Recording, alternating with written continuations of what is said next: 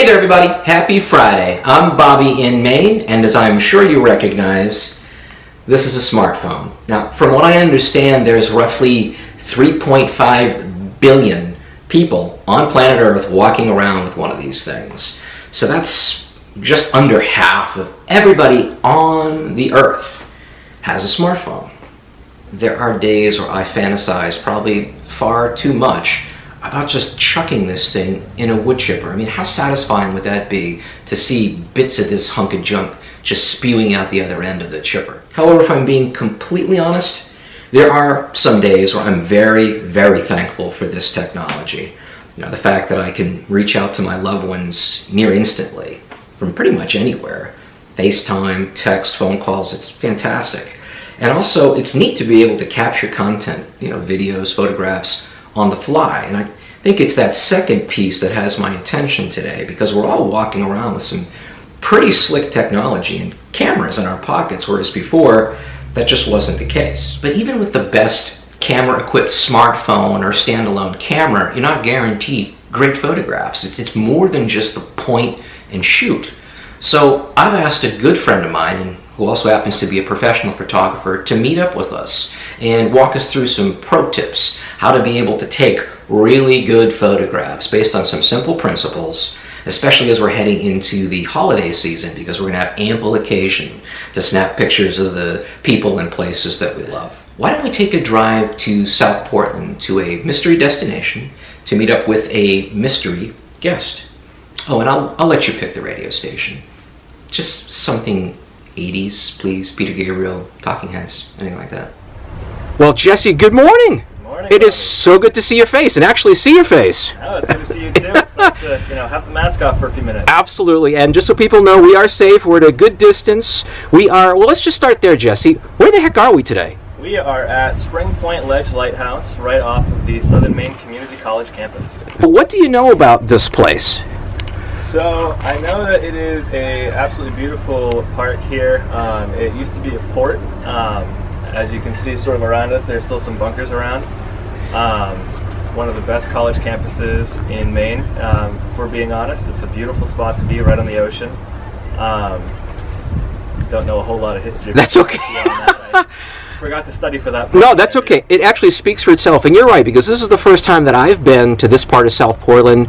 I've never seen bug light prior to today, and I've never seen this fortress here, this walled portion. So it is a gorgeous location, and I'll put in some photographs, some stills, so people can see exactly where we are for frame of reference. But thank you for picking this spot. I think it is near perfect for what we're trying to accomplish today. So thank you very much for that.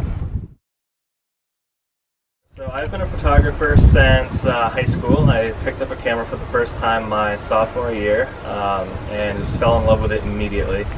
I used to just carry around a camera when I would go on vacation with my family and take photos home instead of souvenirs. And I just sort of kept that going through college, started to travel a little bit more, and I just loved it. I've had several of my images published in both local, regional, and international books, magazines.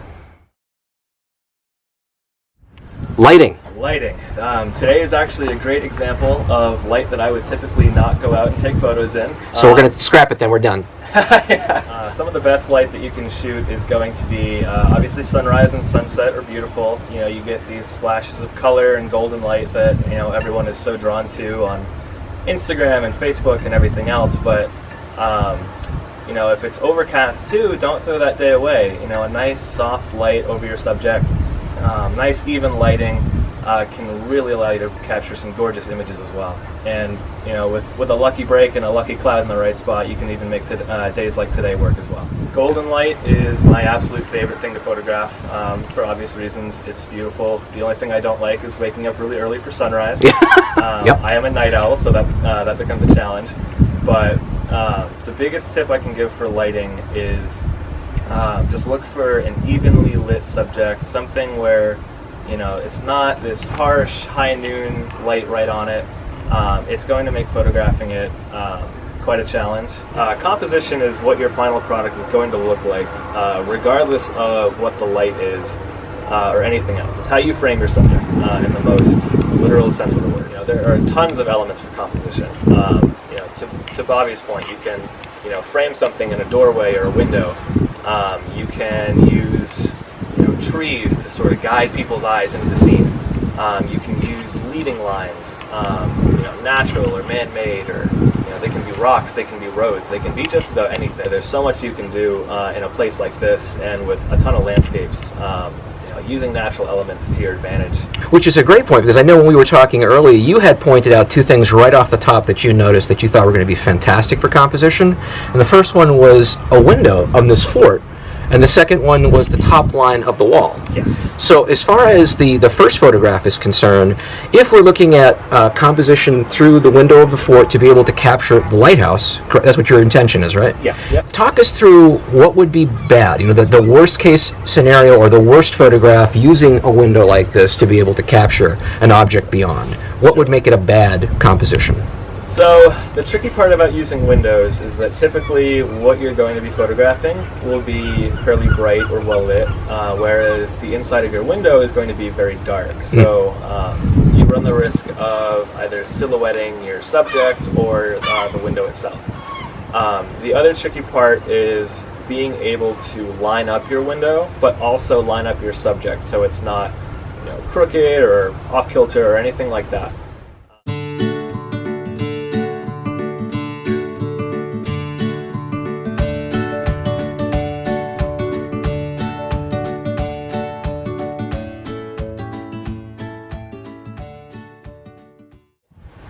The top of the fort has a really cool zigzag pattern as it goes along the coast, which from up on top of the hill at the park provides a great leading line from sort of the bottom of our frame, leading all the way out to the breakwater and the lighthouse. So it's just sort of a great way to guide a viewer's eye right through the image and really sort of help whoever's looking at your image sort of navigate it, and that's a big part of photography too, is sort of helping your viewer know where to look in your image.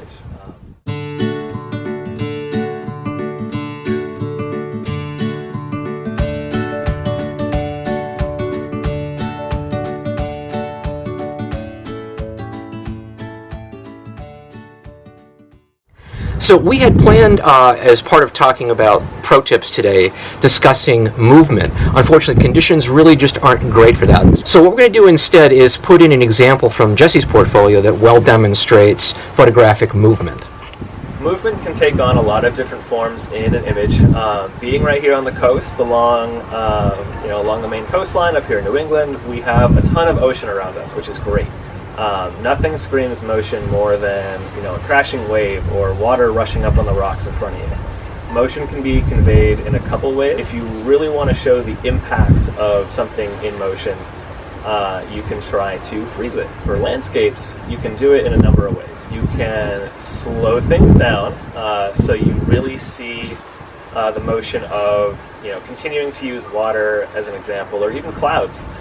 You can see sort of how it moves throughout the scene after you've taken the shot. With clouds, you can see what direction they're going, and it'll sort of streak across the sky.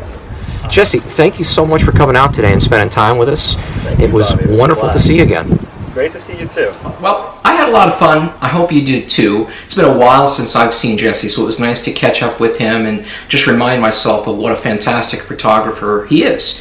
Now, if you're curious to see his portfolio and even works that he has for sale, I'm going to put a link below out to his site so you can check him out in more detail.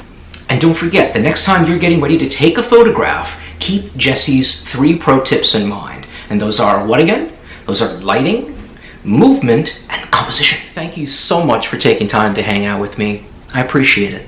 So between now and next Friday, please be safe, be especially kind, and if you have time, like, share, and subscribe. I love the comments.